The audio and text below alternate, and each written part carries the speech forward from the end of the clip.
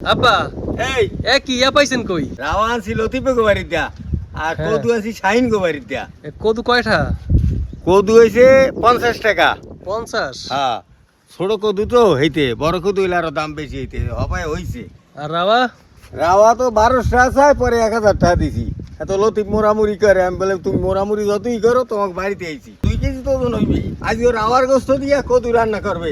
ও মা, জি দেখো দি লতিফ গোবারিতে রাওয়া আনছি এত বড় আর শাহিন গোবারিতে কদু আনছি। আজ ও রাওয়ার গোস্ত দিয়া কদু রান্না করবা। দেন তাই। আমার কাম শেষ, আমি বাজার করে রান্না দিছি, কারণ বউ মায়ের রান্না করবে, দুপুরে মজা করে খাম। দেশি রাওয়া আর দেশি কদু তো বুঝতে পারছেন যে কি মজাটাই হইবে।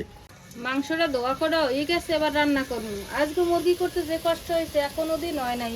মুরগি অনেক বড় তো, করতেও কষ্ট হয়েছে। মুরগি রান্না করার লাগে তেল, দারচিনি, এলাচ, তেজপাতা, শুকনো মরিচ, গোলমরিচ,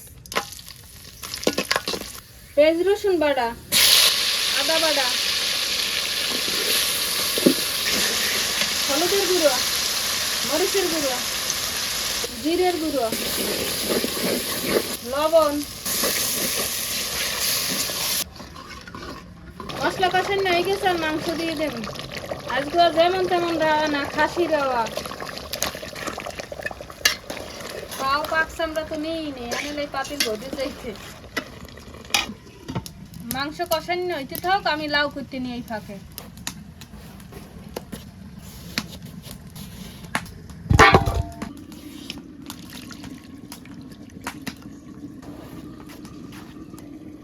লাউ কুড়ো হয়ে গেছে, আর মুরগি কষানো হয়ে গেছে। লাউ আর মুরগির মাংস একসাথে কষাই নিছে, এবার জল দিয়ে দেব। এবার সেদ্ধ লাউ দিয়ে মুরগির মাংস রান্না করা হয়ে গেছে, এবার উদয় গেলাম।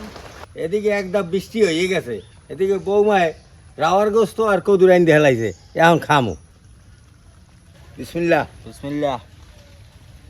দেখছো আসিফ হ্যাঁ, কত মজা লাগে কদু দিয়া রাওয়ার গোস্ত।